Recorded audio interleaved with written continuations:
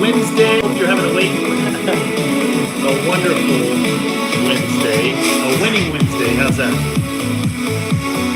Give it a minute to let everybody come in. Hello to our friends over here on YouTube.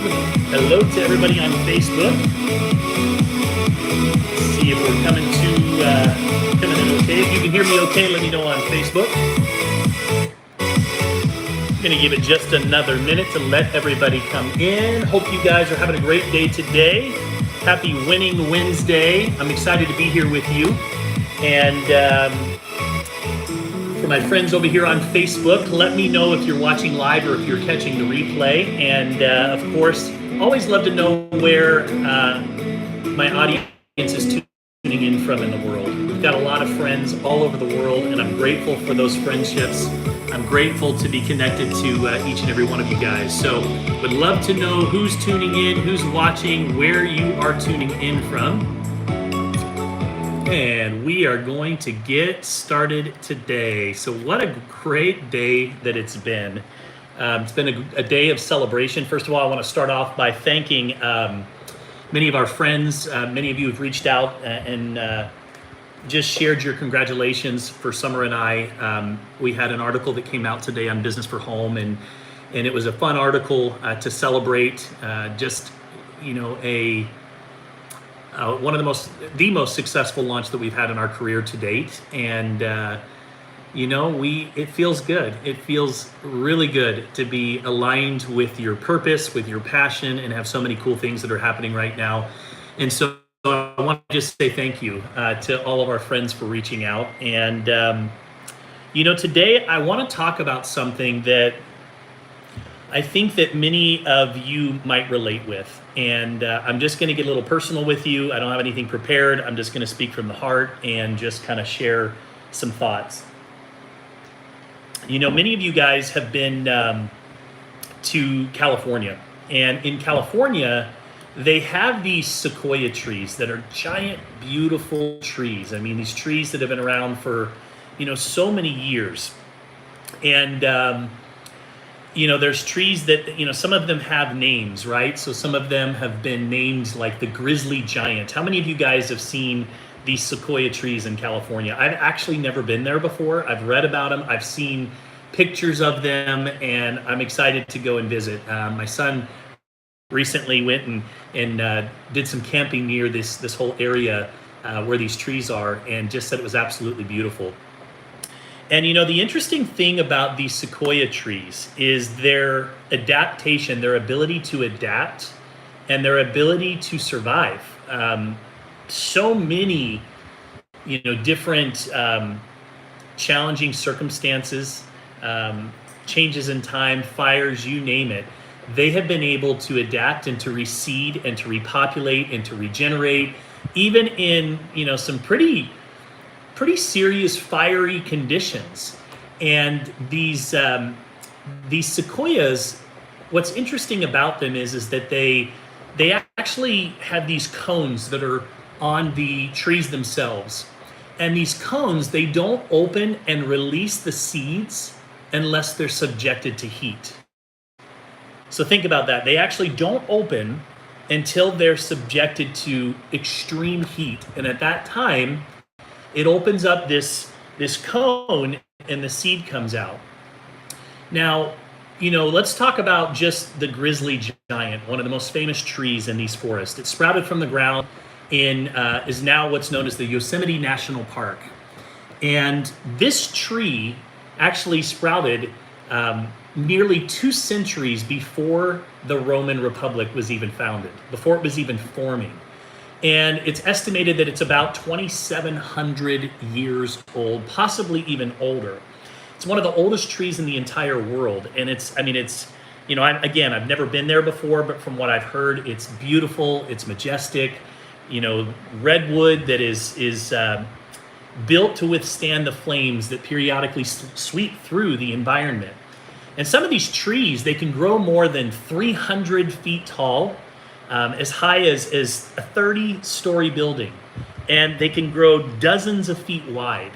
And they're known as these trees are known as some of the largest organisms on the earth.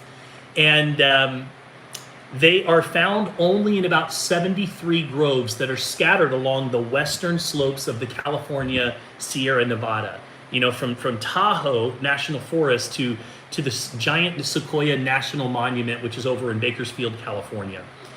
And it's pretty awesome because these trees that have been around for so many years, they were built to withstand the fire. And we were built to withstand the fire in the exact same way. I want to share just some of the challenges that we've had over our lifetime and some of the things that we've gone through. And more importantly, how those challenges that just seemed devastating at the time, those times where we had no idea how we were going to make it through, they pushed us down a different path to exactly where we were supposed to be. And it's kind of the theme of at least my her and I in our marriage. We've been married for 20, and if I go back, to the beginning, there have been some really trying times, on a relationship and, throughout our marriage, and times that, I just didn't know if we would ever make it through it. But there were things that have happened that it pushed us into different situations. I'll give you some examples. So when we were newlyweds, we got married. I was 23 years old. Summer was 22. Summer was much more mature than I was. And we got married. And a couple of years were tough. They were really challenging. And, we at times, didn't know if we were going to make it through those early years. And there was a time where we were at a point where we were kind of like,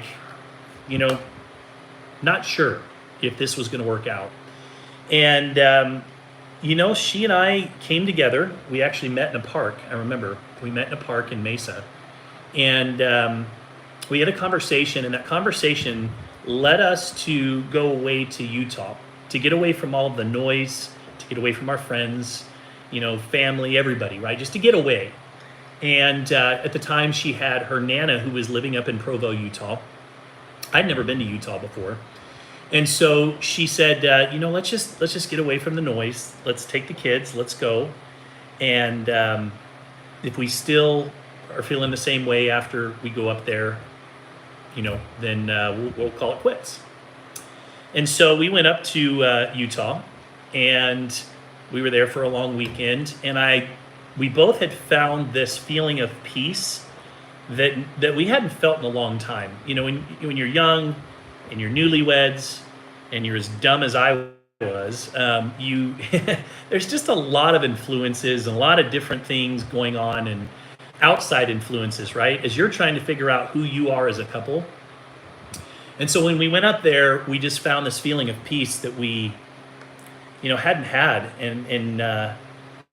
or hadn't found. And so I don't know if anybody of you guys can relate to that or not, but we decided to stay over after that weekend and just kind of stay a little longer. Her Nana was, visiting somewhere. I think she was, up in Canada for a month. And so we had a home that we could stay in. And so we stayed. And, prior to that, we used to own health clubs. And so we had sold those health clubs. And, I kind of dabbled in the mortgage industry for a while. There were, at the time it was the refi boom. It was the early 2000s. And so I jumped into that and, we were doing pretty well. But so we decided to stay over. And after being there for a few days, I was just kind of led and prompted to go and look for, just to see kind of what the job environment looked like in Utah. And within the first couple of days, I got hired as a VP of sales for this mortgage company. I had this job offer that came in, and it was a great job offer. But that meant that we would have to move, not only Summer and I, but our young family, 3 young babies. Remember, we had 3 babies that were in diapers at the same time, Chandler, Savannah, and Sienna, 1, 2, and 3 years old. So out of nowhere, we made the decision to move to Utah. And my family at the time was so upset. My mom was mad. Everybody was mad because we were taking the babies 10 hours away. But sometimes you can love your family, but, sometimes you love them 10 hours away a little bit more in those early stages. And sometimes you just need that distance. And we were at a point in time where we were going through a really hard time. We had just lost a child. Our son Phoenix was a stillborn, and he was born, and we had gone through the burial, and there was just a lot happening. And so I decided, let's stay up here, because I knew that if we went home, Summer and I would have probably called it quits. So we stayed, and I got the job. So we owned a home down here. So we literally put the house up for sale. I think I remember hiring my brother actually, and some friends. They helped get our stuff together and drove it up to us because I wasn't able to come down because I literally started work, and we just moved to Utah out of nowhere. And I can tell you that it was the best thing that ever happened to us. The best thing that ever happened to Summer and I. And then there's a lot of little stories along the way. We were supposed to end up in Draper, Utah. We had a home that we had signed a contract on, and the person backed out on us, and we were super mad about it. And it was last minute, and we didn't know where to go. And so we ended up finding this home to rent in Saratoga Springs, Utah. And we planted our seeds there, and it ended up becoming the best place to live. Some of my best and dearest friends still live in this community. People that I love and will always love live in this neighborhood. And our children grew up together. I almost get emotional about it because it was such a good experience for Summer and I, to be able to become us. It allowed us to become us, and it was the best thing that could have ever happened to our relationship, right? And so we went through this fire and this extremely difficult time that led us to Utah. And Utah not only saved our marriage, but it allowed us to become us. And our children thrived, our family thrived, and so got a good job, and things started going really well. Started a new company. If you know me, you know that I don't do well as an employee very long before I am ready to go start something on my own. And so I started our own company, and we built that company up, and it was doing pretty well, but it relied still on the mortgage industry. And so what ended up happening was in 2007, 2008, all of a sudden the market started to crash, right? Somebody started talking about subprime loans not performing well on Wall Street. And then there came the next fire. There came the next test, because we ended up having to close the company down. We ended up losing, everything. Our car was repossessed. At one point, it was so bad that our electric got shut off. Our gas got shut off. And in the middle of the winter, living in Utah, some of you've heard this story, but we took the kids into our room one night because it was so cold in the middle of the winter. Didn't have any gas, so no heat. And we put all these sleeping bags out and in a tent, and we pretended like we were camping, and they had so much fun, and we were literally just trying to keep them warm. I remember at one point, this is how, talk about humbling, up to this point, I'm a 30-year-old man. At this point, I had owned some very successful companies and done fairly well for myself. And I'm having to call my mom and ask, hey, I remember we had no food in the house. And I remember calling my mom and my dad, and I asked if they would order me a pizza and send it to our house there, because we didn't have any food in our house. And they ordered Domino's pizza and sent it to our house. 30 years old.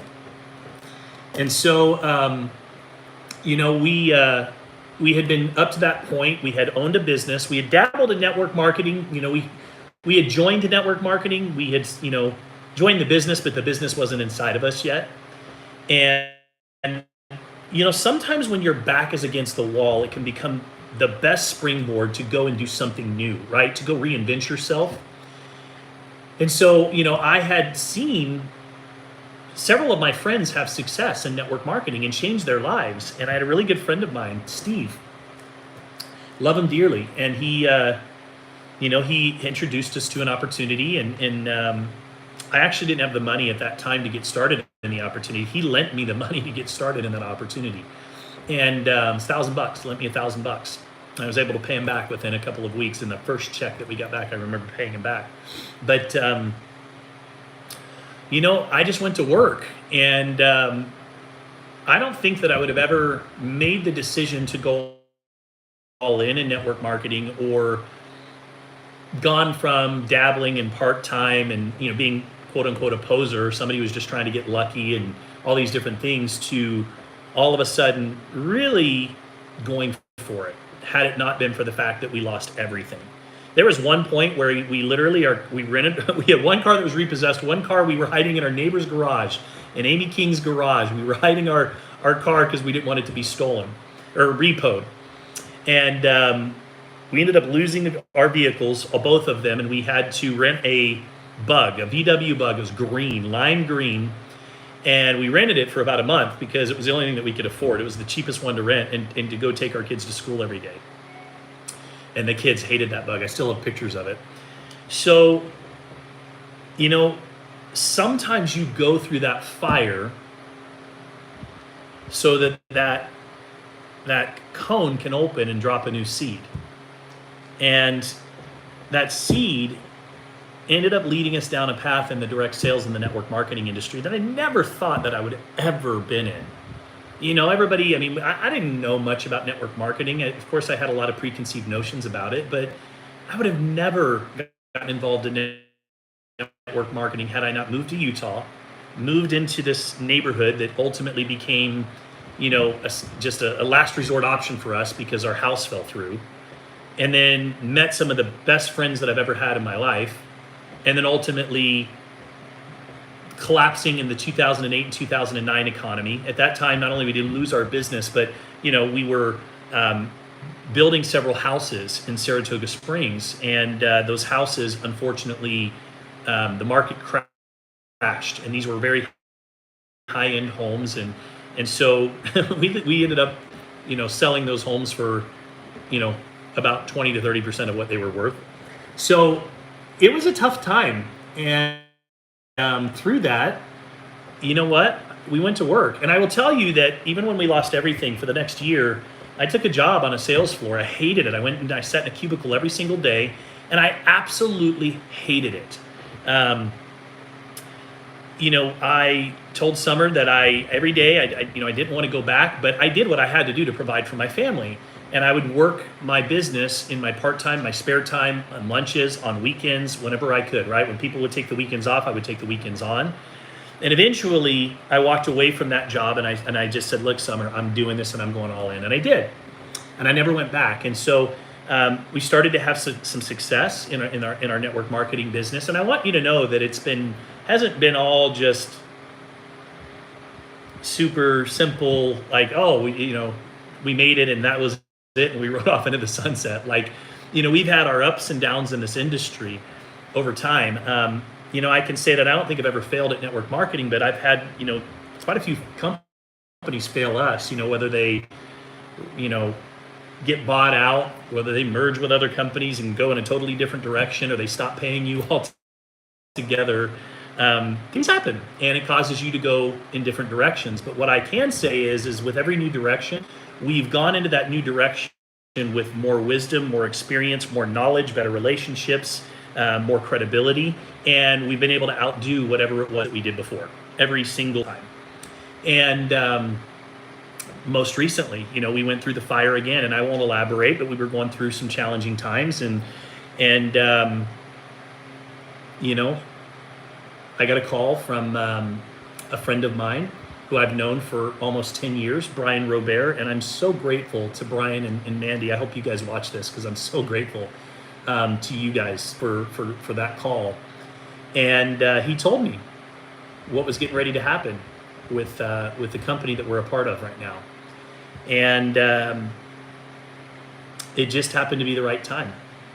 And a new acorn, let's just say that there was a fire and a new acorn dropped, and it planted a seed.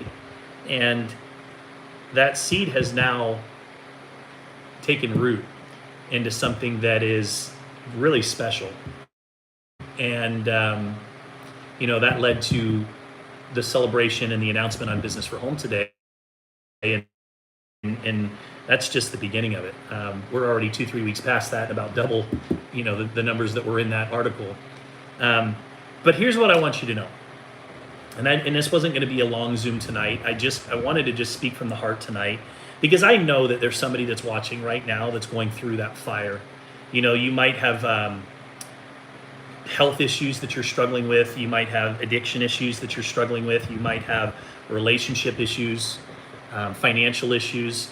Guys, there are times where I literally remember pulling into my driveway, and I just sat in my car, and I just put my hands up and just said, God, I'm giving this to you because I don't know what else I can do here. And just sat in my car and bawled because I had no clue what I was going to do and the amount of pressure that I was under. And I think that we all have our own pressures. Guys, you have pressures. Ladies, you have pressures. We all have our own pressures, as parents, and we do our best to shield our children from these pressures. Sometimes I think it's okay to be vulnerable and to bring them in, because I think that it's a good learning lesson. Our children have been with us at our highs, and they've also been with us at our lows, and they've learned the life of an entrepreneur. We chose this life, right? I mean, there's a saying, you live by the sword and you die by the sword. We chose this life, and it's not an easy life. Entrepreneurship is hard. It's hard. What I do in network marketing is hard. Don't let anybody BS you into tell you that it's easy, because it's not. But you know what? You know what else is hard? Digging ditches. You know what else is hard? Going to an office every day that you hate. You know what else is hard? Dealing with a boss that's an a-hole. You just got to choose your hard, right? At the end of the day, we pick our hard, we choose our hard. And entrepreneurship's not easy. Network marketing is not easy at all. There's a lot of politics, just like there is in traditional corporate business. There's a lot of, variables that are out of your control, decisions that company owners make that just totally can impact your business. But through it all, we choose the hard that we want. And at the same time, I could also say that even though it's not perfect, and I'll steal this line from Eric Worre, one of my original mentors, who says it's not perfect, but it is better. And I'm grateful for the industry that's allowed me to be at home for 15, 16 years now, full time. I've had moments where my daughter, Tuscany, who's 16 now, who came home and she said, a little younger, she was probably 10 or 11, and she came home and she said she had to go to a project, a friend's house after school to finish a project, and she came home and she says, Dad, I forget sometimes that people's parents have to go to work because you and Mom are just home every day. And when I went over there, her parents were coming home from work, and it just reminded me that, people have to go to work. Another funny story, we recently went on a vacation to Cancun. And I don't know where he gets this stuff, but Legend, our 6-year-old, we had to be at the airport really early. So we're driving, it's like 5:36 in the morning, sun's just coming up. And there's all this traffic already on the road, right? We're headed into Phoenix, going into the Sky Harbor Airport. There's all this traffic literally on the road. And I said to Summer, I'm like, I can't believe at 5:45 there's this many people on the road already. And Chandler came in, my middle son, he says, where are they all going? And Summer says, well, they're going to work. And Legend goes, oh my gosh, that's so 1980s. They're all going to work. Like, that's so 1980s. And I'm just like, you're 6. What are you even talking about? It was kind of funny stuff. But here's what I want. Here's my message for today. My message is, no matter what you are going through, know that you were built to be able to withstand that fire, that you were built to be able to go through this. And sometimes we are pushed outside of our comfort level. Sometimes we're pushed a little more than we want to be, right? You get comfortable, things are good, life's good. And then all of a sudden, man, just a curveball comes at you that you just weren't expecting. And it can really, really be a challenge. And, I rely a lot on faith and family and just, I've always been one of those people that is resilient. I think that resilience is one of the best qualities that somebody that can have. You just figure it out, and you land on your feet, you just keep going and you keep moving forward. And so whatever you're going through, just know that you were built for this, and that sometimes we get pushed down a different path. As a result of that fire, we have to make a pivot. And we move down a different direction to exactly where we're supposed to be in life. And I can tell you sincerely that I'm exactly where I'm supposed to be right now. I'm exactly with who I'm supposed to be right now, and I'm in the environment that I'm supposed to be. And as a result of that, we're experiencing some of the so the highest levels of success that we've ever encountered in anything that we've ever done in business. And I'm grateful for that. And I give thanks to God for that. And I give thanks for the trials and the struggles and all of the heartaches along the way. It's allowed me to become who I am, and I wouldn't change it world. So I just wanted to share that message with you today. I hope that there's somebody that's out there that really needed to hear this. And, just wanted to say thank you. It's been a really, really good day. And I'm grateful for the many friendships, the messages, the text messages and inboxes, and just the comments, of encouragement and well wishes. It means a lot to me, and I'm very grateful for it. And I'm grateful for you and for all of our friends and business partners around the world. I will say this, you haven't seen anything yet. We're just getting started. So you guys have an absolutely wonderful Winning Wednesday, and look forward to chatting with you guys again soon. You all take care. Bye-bye.